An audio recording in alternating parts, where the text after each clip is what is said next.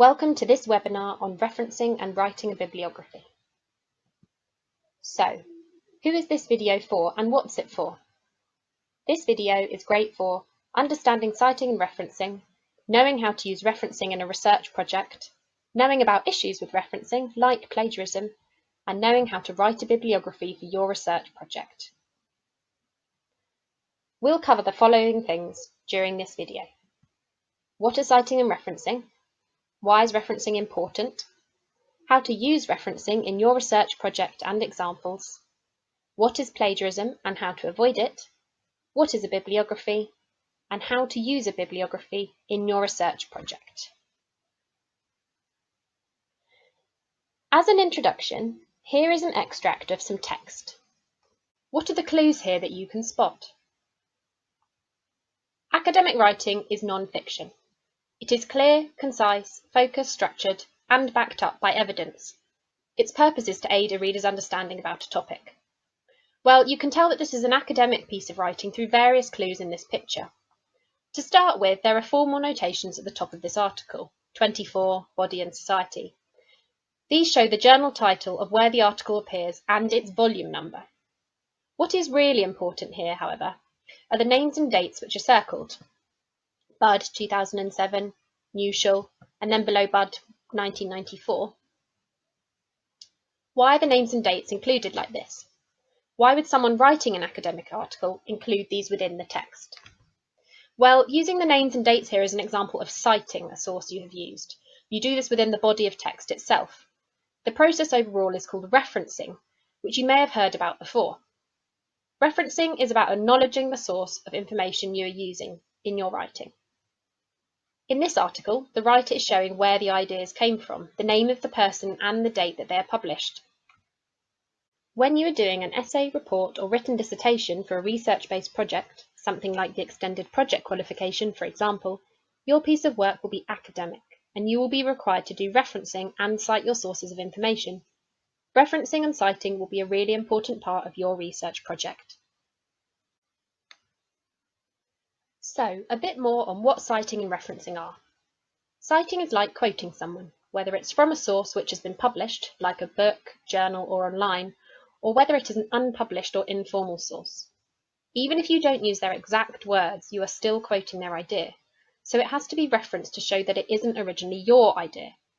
This is an essential part of any dissertation, essay, or report that you do, to show that you are giving people credit for their existing work and ideas.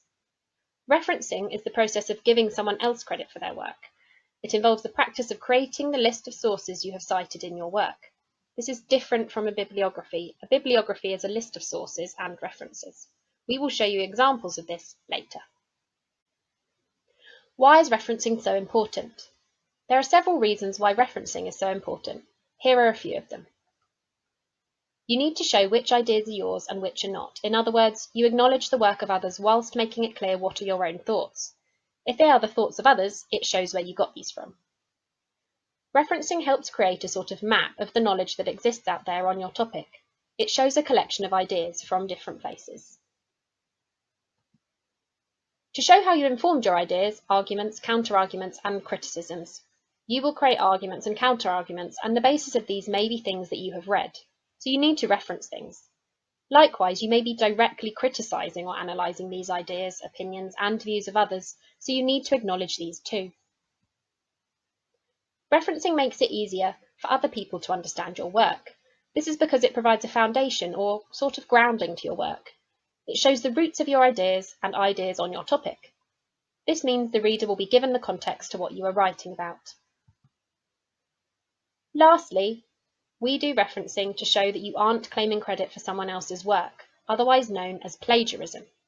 Plagiarism could be copying text directly without giving credit to the original text, or it could be taking someone's unique idea on a subject and then trying to pass it off as your own. Plagiarism is a really serious issue. It is a critical offence, and any educational or work environment will see it as such. In school, it can lead to an automatic fail or worse. In a job or workplace, this could lead to you being let go. We will teach you how to avoid plagiarism later and how to have good referencing throughout your work. Overall, referencing is a polite thing to do. Being able to reference appropriately will affect your final mark on any essays or research project. Importantly, not doing this properly can result in a plagiarism claim, which is a really big deal for schools and universities. We'll show you more on plagiarism later and how to deal with it. So what exactly needs to be referenced when you are doing a dissertation research project or form of academic writing? We'll start with the basics. Here you can see an excerpt from an article on the left-hand side. This is a BBC article on climate change in Greenland. This is an example of a secondary source which you might use in a dissertation research project. If you are using information from this source, what might need to be referenced? Here are some examples. Direct quotations. A direct quotation is if you are planning on using word for word what is written in the source, using speech marks to show this. Here is what they look like. It is a direct copy of the text. Around 400 million people could be affected by coastal flooding each year if Greenland continues to lose ice at its current rate, scientists have warned. This needs to be referenced. The second thing is paraphrase material. Paraphrasing is when you express the meaning of something written or spoken, this can be, using different words or phrases.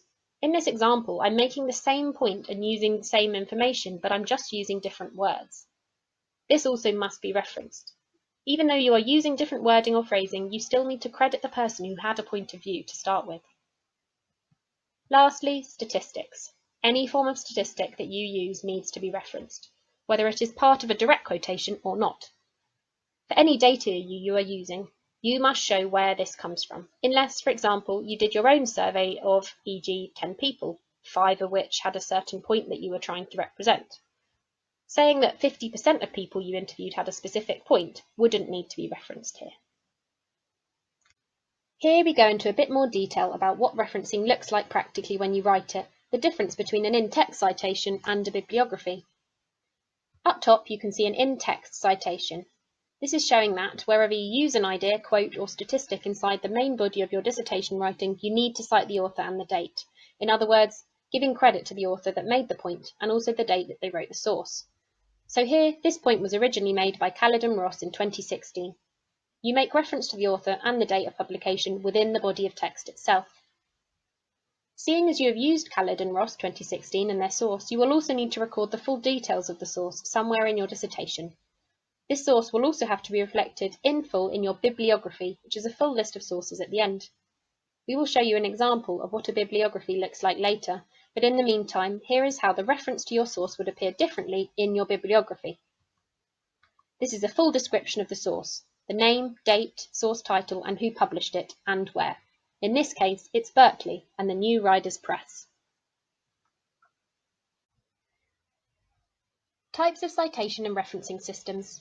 There are some different systems, or sorts of guidebooks for doing referencing.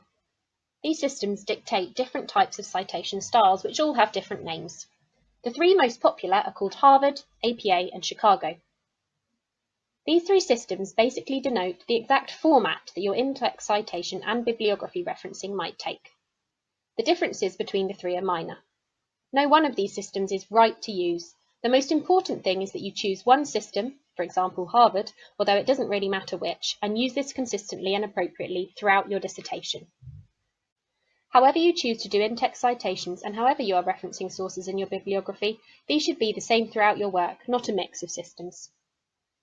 Here is an example of Harvard referencing, and how you would use it for different types of citation. You can see how this author and their work on the geographical playground would appear as a citation if in a journal, a web citation, newspaper, or book.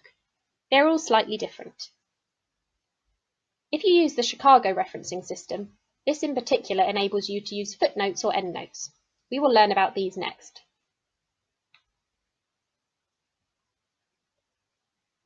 As mentioned, the Chicago referencing system enables you to use footnotes and endnotes in the body of your dissertation.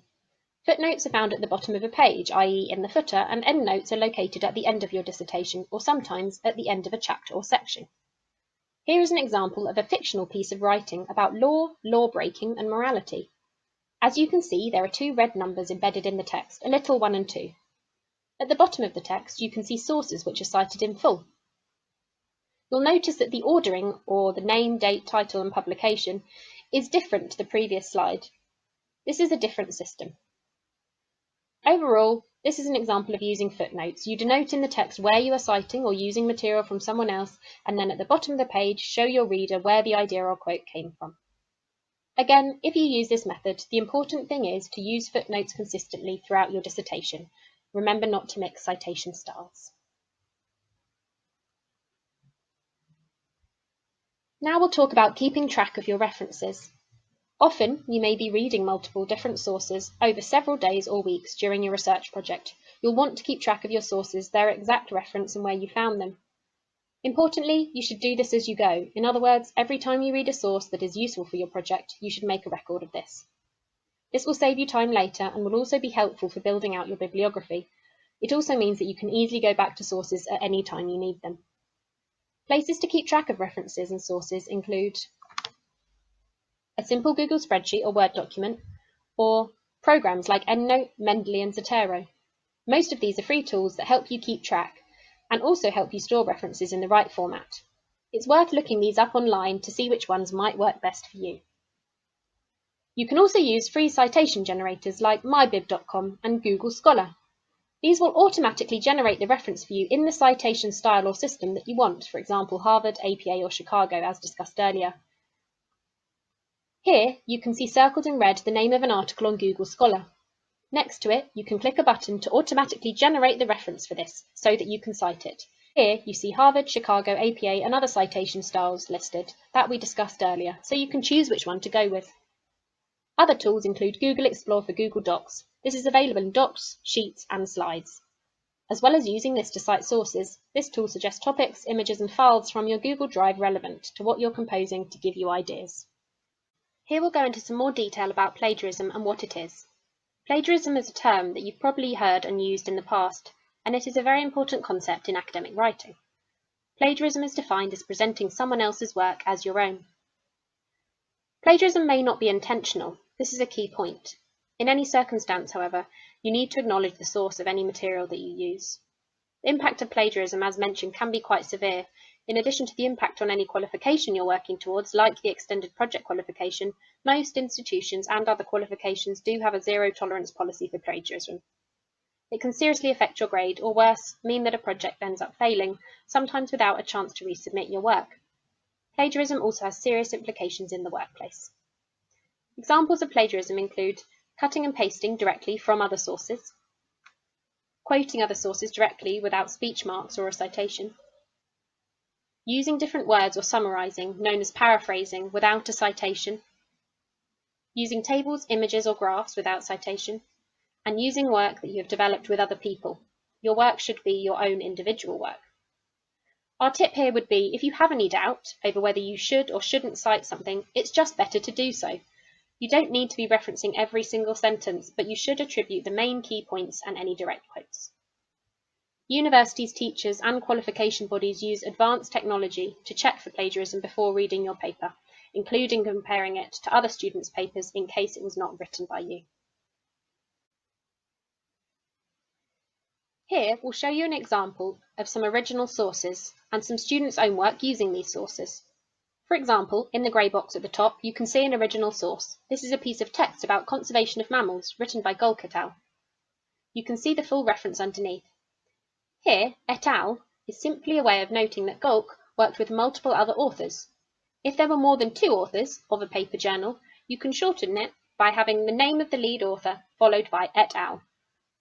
Underneath this, in the second box, you can see an example of a student's work in red. They have used the source, the original source, above. Take a look at this quickly. Do you think the student is guilty of plagiarism here?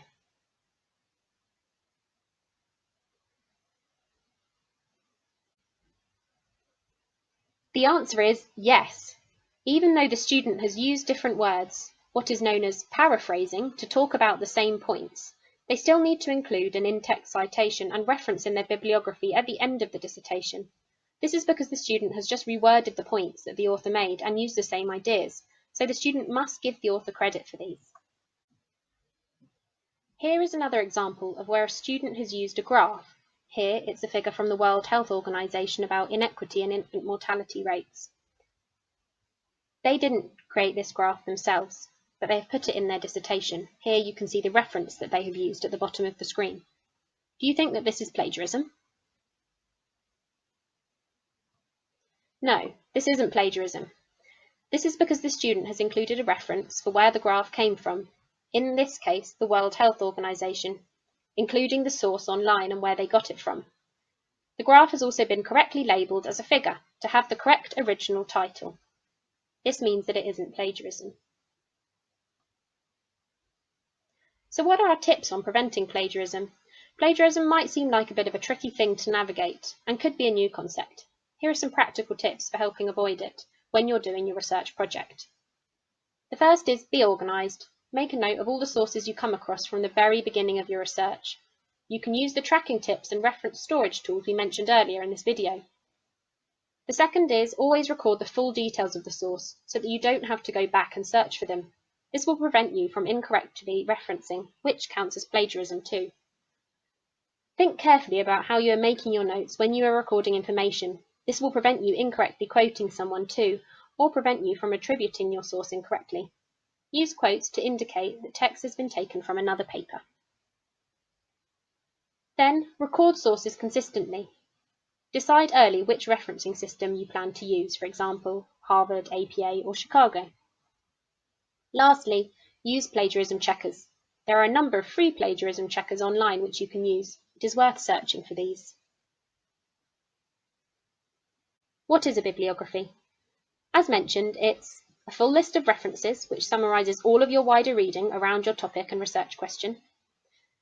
This includes all of your sources you have referenced directly or indirectly in your work, which are relevant to your research question, not just the ones you have cited in your text, but anything you have read as part of your research to inform your thinking. This normally comes at the end of your dissertation, and it will take the form of a list of all your references. A list of your sources, which are ordered alphabetically by name. As a note, a longer bibliography generally demonstrates wide reading and well-informed ideas. This doesn't mean, however, that there should be pages and pages long just for the sake of it. This is about finding the balance of including a sufficient number of sources relevant to your question without creating a list of sources that are only loosely linked to your broader topic. A good bibliography will show your reader, teacher, or supervisor that you have conducted an impressive amount of research and that you are well informed on your topic. Whilst writing a bibliography may seem a little daunting at first, this can actually be quite a simple task. We'll now look at an example of a bibliography.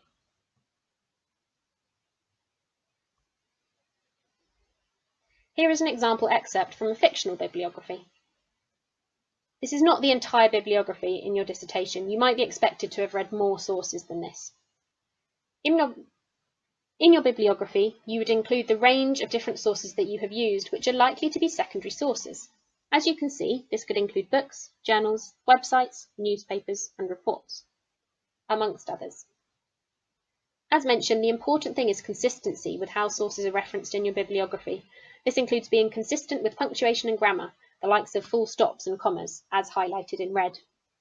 Use names and dates consistently, i.e. surname followed by first name initial, with the date of publication listed in brackets. You'll notice some small details, like including the date you accessed the article online, or including a web page that you accessed it at. Overall, your bibliography serves as a full list of sources that you have read on your topic and related to your research question. This shouldn't be too difficult to create at the end of your dissertation if you have been keeping track of sources as you go along, using the tracking tools we showed you earlier. As mentioned, there are a series of free and easy reference generating tools that produce references for your sources online, meaning that the work is pretty much done for you. It's up to you to make sure that they're all consistent and listed clearly. So, to recap on the terms and concepts we have covered during this video. Referencing. This is the overall process for including detailed information on all sources consulted, both within your text, in text citations, and at the end of your work, a bibliography or reference list. Citing is giving credit to a specific author or the person who had the original idea, or the direct quote. Plagiarism involves either deliberately or mistakenly presenting someone else's work as your own, ideas, or points. This can be in the form of directly using someone else's words without properly citing them, or paraphrasing, i.e. using different words to summarise their points and ideas without them giving them credit for this. Plagiarism is serious and can lead to disciplinary action. Lastly, bibliography. This is a list of your sources, which appears right at the end of your dissertation. Final tips for using referencing and bibliographies include being organised and recording sources throughout. Make note of references and your sources as you go along. Use tools that we mentioned to help you with this. If in doubt, always cite. If you're unsure whether you should be citing or referencing, in other words, whether you should be crediting someone else's work, the tip would be to cite them. This will help you avoid plagiarism. Finally, be consistent throughout. Use in-text citations consistently in the same format and also make sure your bibliography uses the same style of referencing. Be sure to pick one citation style and use this throughout. You can look these up online. So, what's next? Things to do and resources. As we've discussed, you can search online to decide which citation style you use in your dissertation. The likes of Harvard, APA, and Chicago styles are the most common ones. Your teacher may end up recommending which citation style you should use. The important thing is that you use it consistently. Then, use the tools we discussed to store your references, tools like EndNote, Mendeley, or just a simple Excel spreadsheet or Word document, and use automatic reference generators, which you can use free online and will make your life easy. Lastly, speak to your teacher or supervisor for further guidance on referencing and writing a bibliography. Thanks for listening.